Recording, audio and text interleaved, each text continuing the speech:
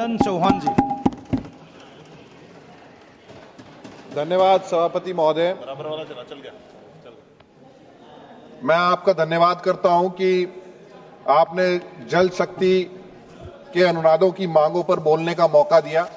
मैं अपनी पार्टी की ओर से और अपनी ओर से इसके समर्थन में बोलने के लिए खड़ा हुआ हूं।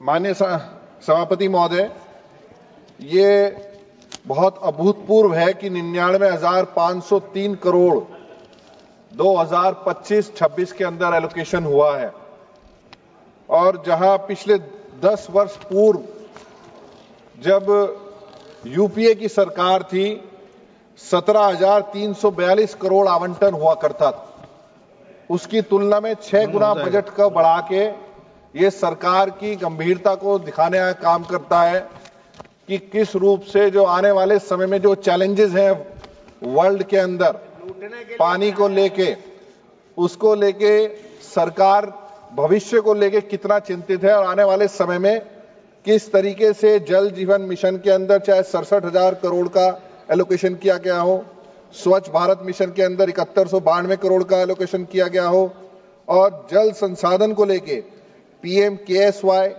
नदी संयोजन, नमामि गंगे और अटल भूजल को लेके 25,277 करोड़ का आयोजन किया गया। ये कहीं ना कहीं बहुत ही गंभीरता सरकार की दिखाने का काम करती है।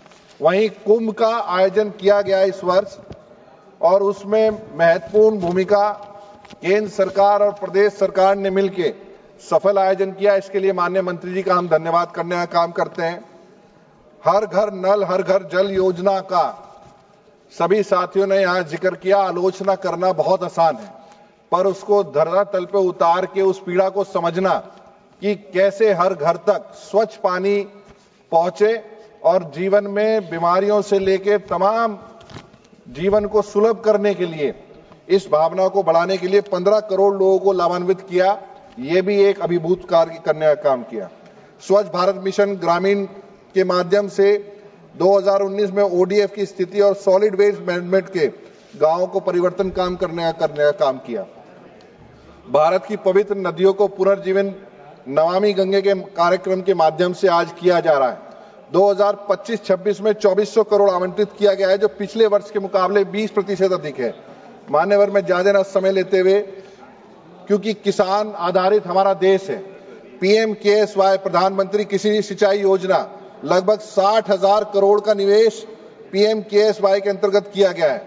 त्वरित सिंचाई का लाभ कार्यक्रम AIBP के तहत 63% योजनाएं इसके अंतर्गत की गई हैं। वर्ष 2025-26 में 8260 करोड़ रुपए जल प्रबंधन किसानों की आय बढ़ाने में महत्वपूर्ण साबित होगा। मैं सीधा अपने लोकसभा क्षेत्र की मांगों पर आता हूं।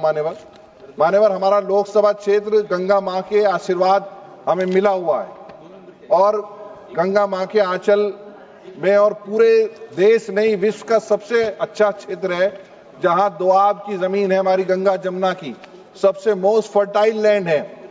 पर वो जब मौसम की जो है मार पड़ती है हमारे पे, उस समय जो है बाढ़ की बड़ी समस्या है।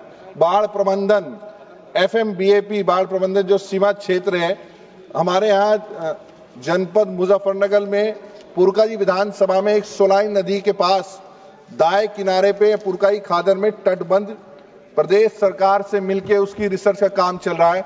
IRI रुड़की ने रिसर्च पूरी कर ली गई है। इसे दादूपुर, रजकल्लापुर, भदौली, बदौला, शेरपुर, बड़ीवाला, चमरावाला, अहमदवाला, जिंदावाला सब गांव इससे पीड़ित रहते हैं। मीरापुर विधानसभा का हमारा तौफीर हो, महाराज नगर हो, खैर नगर हो, ये यहाँ पे बहुत महत्वपूर्ण। माने 30 सेकंड।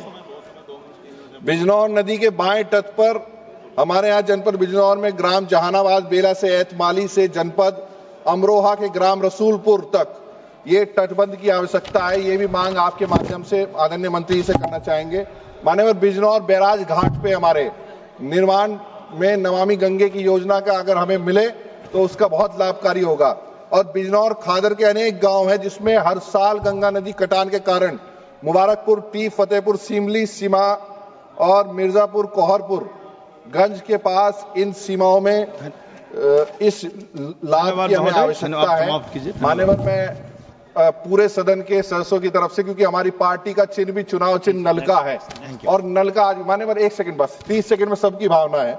और नल, मैं माननीय मंत्री जी का भी ध्यान आकर्षण करना चाहूंगा कि नल का जो है आज भी पानी वेस्ट होने से बचाने का काम करता है। सभी सदस्यों को हैंडपंप ज्यादा से ज्यादा मात्रा में, चाहे आधा जो है सांसद निधि कर दे, आधा प्रस्तावित माननीय मंत्री जी मदद कर दे, नल का जो है आने वाले समय में कल बचाने का काम करेगा। बहुत बहुत धन्यवाद।